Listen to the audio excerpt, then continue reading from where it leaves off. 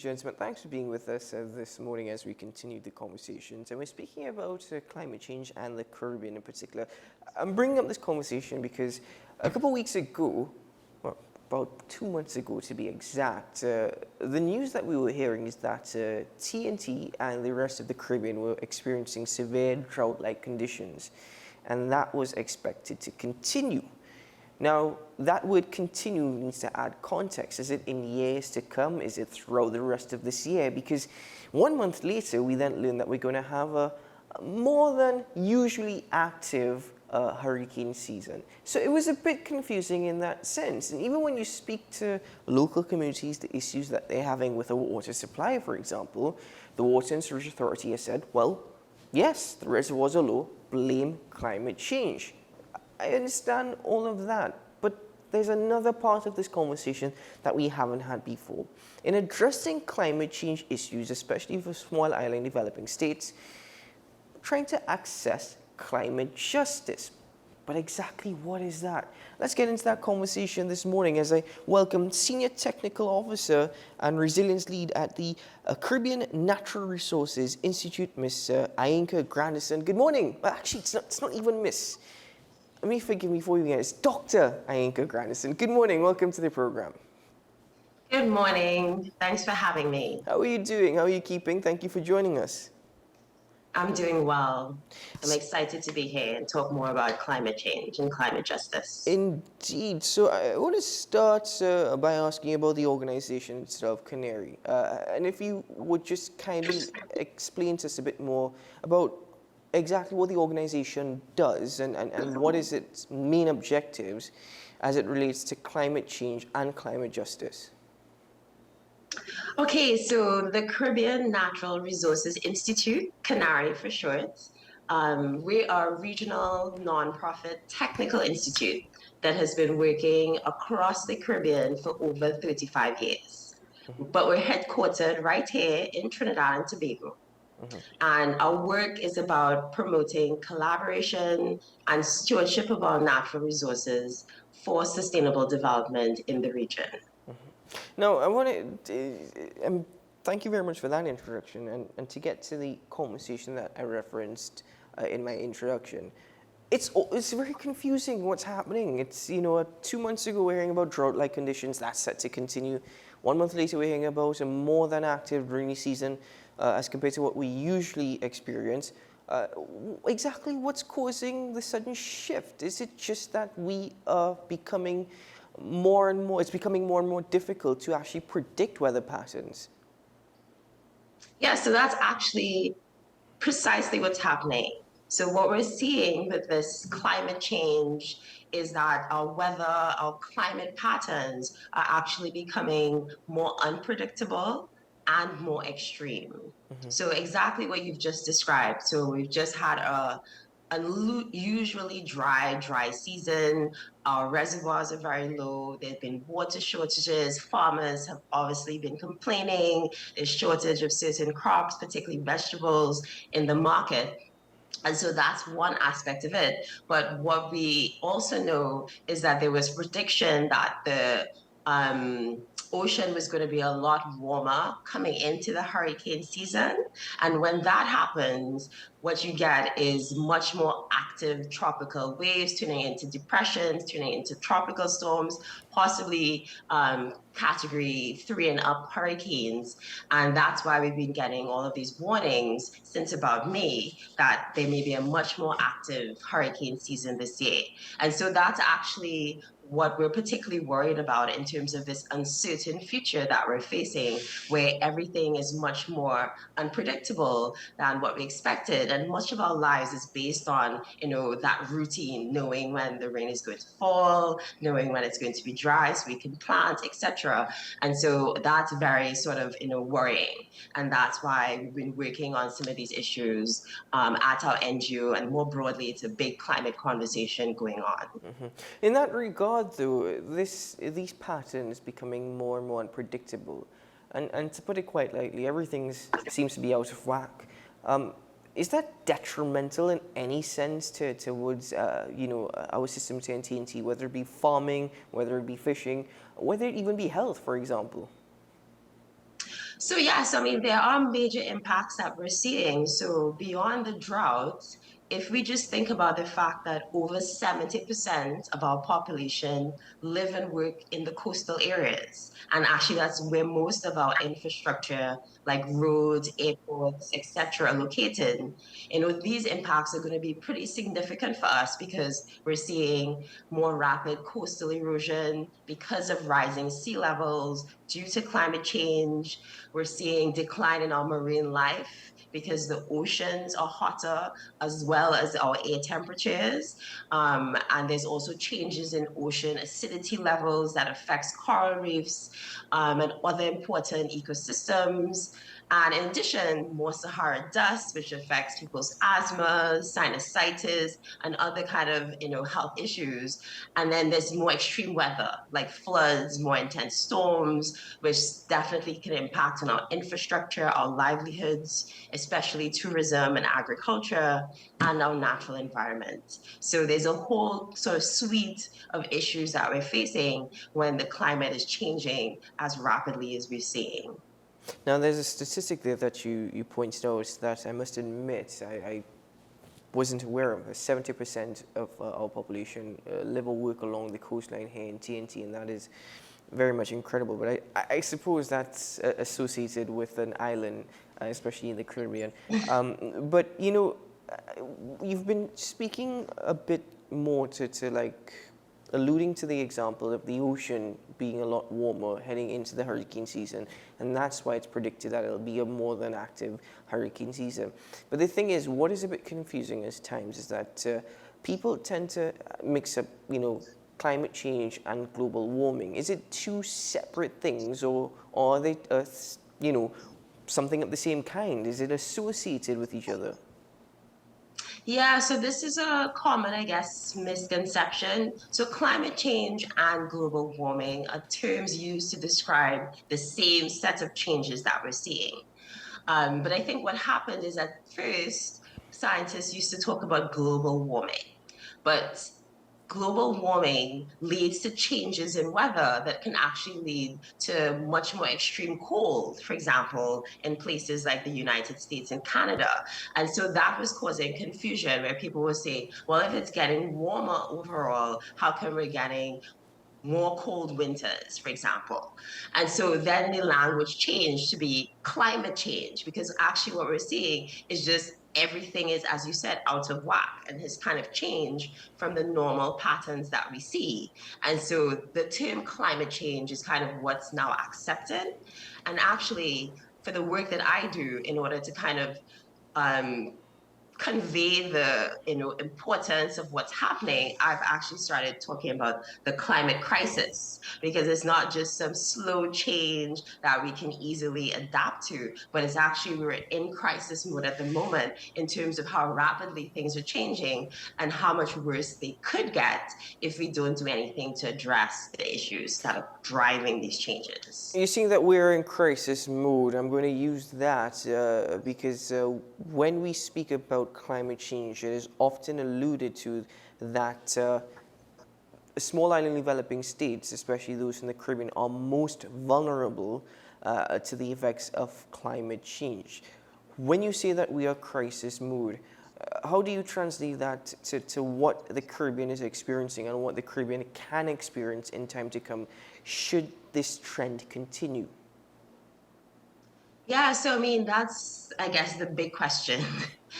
It's the $1 million question. So, in terms of us as small islands, I think it's really important for our citizens to understand that, we're bearing the brunt of the impacts as small islands. We have small land spaces, so there's nowhere to go when there's rising sea levels. Our 100% plus of our GDP can get destroyed when there's intense storms, flooding, massive hurricanes like we saw with Hurricane Irma and Maria in Antigua and Barbuda and Dominica, and when there's drought, etc. So these changes that we're experiencing are really significant and really damaging.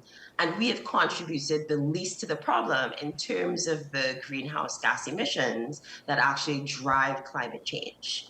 And then those that are most responsible, like the United States, the UK, Europe, China, and other large countries that are producing a lot of the emissions, they are not actually feeling the impacts the way that we are. And so this is why it's really a crisis, particularly for us. And this is also where the issue of climate justice comes in, because clearly it's unfair or unjust that we're facing the brunt of the impacts of a problem that we haven't created.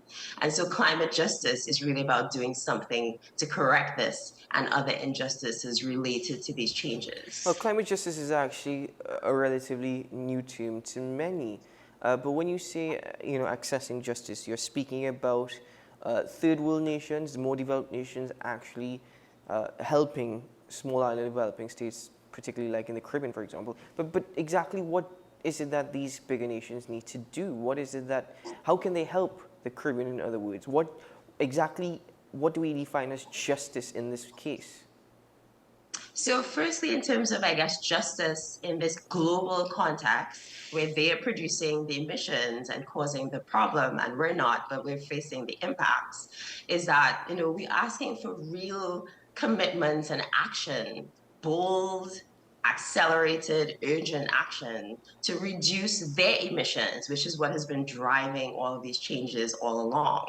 So, there's been, I know it probably makes the news that people are watching BBC and other stations, that countries, for example, the UK have recently pulled back on, their taxes on their energy, which was going to help reduce their emissions significantly by 2030. And now it looks like that's not going to happen. And that's actually taking us in the wrong direction because we need them to ramp up their action, especially because they can't afford to in a way that we can't as small islands with small economies and limited finance to do things about this. So that's one aspect of it. The other aspect is actually helping us to be able to make the changes that we want to make. So making sure that there is funding available to invest in these changes, invest in ourselves, so we are better able to cope with the changes that we're experiencing, but also put in place insurance, social protection schemes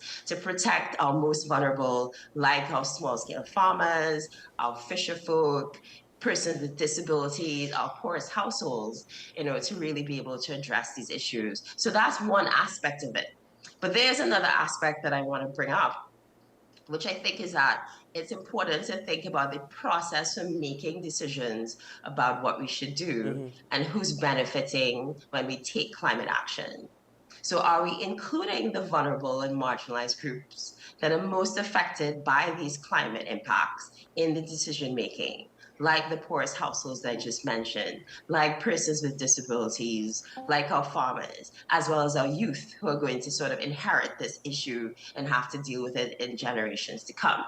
So, are we ensuring a fair distribution of the resources where the most vulnerable and marginalized are receiving the benefits, like jobs or access to cheaper electricity when we put in new solar power plants, for example? Or are the areas where they live being protected when we put in a new seawall to address rising sea levels? So this is another aspect of climate justice that's really important. It's not just us as small islands versus these bigger countries, but it's also thinking about within our own countries, are we protecting our most vulnerable and marginalized? At COP28 last year, during your presentation, you spoke about 8 priority needs and actions by 2030 for vulnerable groups and wider civil societies across the Caribbean. Could you kindly now outline for us those 8 priority needs and actions by 2030? Okay, so thank you for that. So maybe it's useful just to provide a little bit of context here to the audience. So the CANARI has actually helped establish an alliance with over 50 other NGOs, as well as grassroots activists, community leaders, universities and researchers, creatives, and the media across the region that's called the Caribbean Climate Justice Alliance. And this includes a number of NGOs here in TNT, like the Cropper Foundation, Climate Analytics Caribbean, Habitat Community, etc. So together, we've actually developed this call to action with 8 priority areas that's called the Caribbean Climate Justice and Resilience Agenda. And these 8 priorities are focused on, firstly, reducing these greenhouse gas emissions so we can limit the temperature increase that we're seeing to 1.5 degrees Celsius. And this kind of target is important because it allows for a livable future in our islands where we don't experience too extreme a change and we can really adapt it. If we go beyond this, we're starting to talk about changes like significant die-off of our coral reefs, and what does that mean for our oceans, really extreme category 5 plus hurricanes and other types of things that we really don't want to think about. Secondly, we're calling for more locally led solutions to actually adapt and cope with these impacts that we're seeing. And we're calling for more nature-based solutions that we actually do all of these things in harmony with nature, which helps build our own resilience and actually protects our forests, our mangroves, our reefs, which are the foundation of our food and water security. We're also talking about, and this is important, particularly in Trinidad and Tobago's context, supporting a just transition for our workers as we shift away from oil and gas into new sectors that may be more climate smart, like renewable energy, or people will have heard the term the blue economy, where we're looking at how we can better utilize our ocean in sustainable ways. And then also we're talking about promoting gender equity, promoting youth and intergenerational equity and social inclusion in all of the approaches that we're taking to climate action. And finally, taking an approach that recognizes the rights of human beings, so human rights, but also the rights to a healthy and safe environment, a safe climate that's not going crazy and wreaking havoc. So all of these things are some of the key messages that we have as part of that agenda, and that we really like for our governments, for the private sector, key development partners to be working to take us forward. But have those messages actually evolved? For example, I know that next month in Grenada there is a CARICOM Heads of Government meeting, but then you can also look forward to COP29 in Azerbaijan. The messages on the part of CANARI, what they were advocating for last year, has that evolved in 1 year's time? If so, how? So that's a good question. So I think the asks have evolved. So the basic priority areas I don't think are going to change because we had a lot of dialogue and discussion around what are the priority needs on the ground. But in terms of, I guess, the actual asks, as the climate is changing, the asks can evolve to make sure that we're getting what we really need. And so in particular, COP29 that's coming up in Azerbaijan is being dubbed the Climate Finance COP. So there's going to be a big focus on how do we get enough money to tackle this problem effectively. And so one of the big messages that we are promoting going into this climate finance COP is that we need to see a doubling of the amount of finance that we're providing, particularly for adapting to climate impacts, which is a huge need for our islands. And we want to see that by 2025. So by next year, we want to see that there's actually significant investment going into this. And another thing that we're calling for is what we say is the localizing of climate finance. So that's making sure that it gets to those that need it the most on the ground.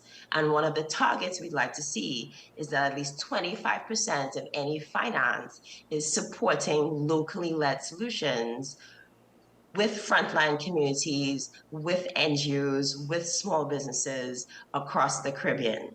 And so those are some of the messages that we're sort of taking to ministers, to climate negotiators, to the private sector in terms of this is what we want to see come out of COP29.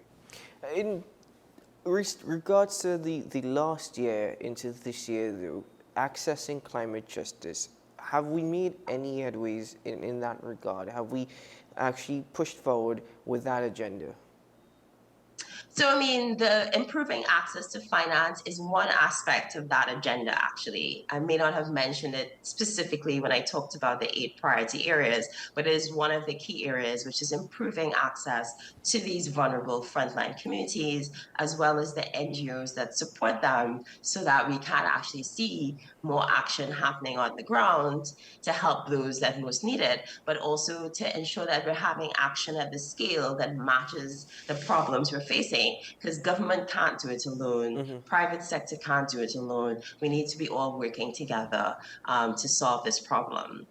But in terms of the sort of wider sort of progress to meet these needs and to address climate justice, you're really right. In terms of the last year or so, we've seen a little bit more traction around really thinking about justice and what's most fair and how do we address the needs of these most marginalized and vulnerable groups on the ground, but not enough.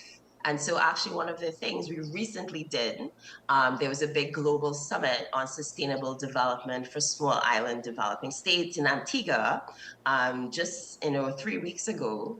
And one of the things that we did at that is we launched a new pledging platform so that our alliance members or the NGOs that we're working with, but also government agencies and private sector and development partners can actually pledge how they're going to address the 8 priority areas to promote climate justice and resilience in our region by 2030. And so it's an online platform where people can actually see very specifically what they're going to do, and we can then track and see whether this has actually happened, so that it's not just a piece of paper that says nice things, but we're actually taking concrete actions to move things forward and to shift this needle, which is really important. How can people get more involved in this sense of action as it relates to climate change and climate justice? I mean, so there's lots of things happening. So feel free to contact CANARI at info@canari.org, and be part of the Caribbean Climate Justice Alliance if you're interested, or join us in supporting some of the various initiatives that we're doing on the ground with communities in TNT and other islands. You can find out more about our climate projects at our website, www.canari.org, and we're also on social media. So you can find us on X, formerly Twitter, on Instagram, on Facebook, etc. So people should get involved and see what they can do, because it takes all of us to address this major challenge that we're facing. Indeed. Dr. Granderson, thank you very much for your time this morning, and to everyone who forms a part of CANARI and all efforts. Thank you very much to them as well. Appreciate your time, the information shared, and of course educating the population as to exactly what is taking place. So thank you so much. Thank you to you too. It was great to have you and to be here to talk about this. So thanks. Indeed. All the very best to you. You too. Ladies Bye. and gentlemen, as it relates to climate change and accessing climate justice, you can find out more about exactly what CANARI is doing. You can visit their website. It's simple. It's very simple. In fact, you just need to Google CANARI. See it on the screen? CANARI, and it's the first thing that actually pops up, ladies and gentlemen. You can visit them on social media to learn a bit more. But 8 points raised last year in particular at COP28. The message has evolved, but the fight continues, as is always said. Ladies and gentlemen, we take a break here on AM Prime. We will return shortly.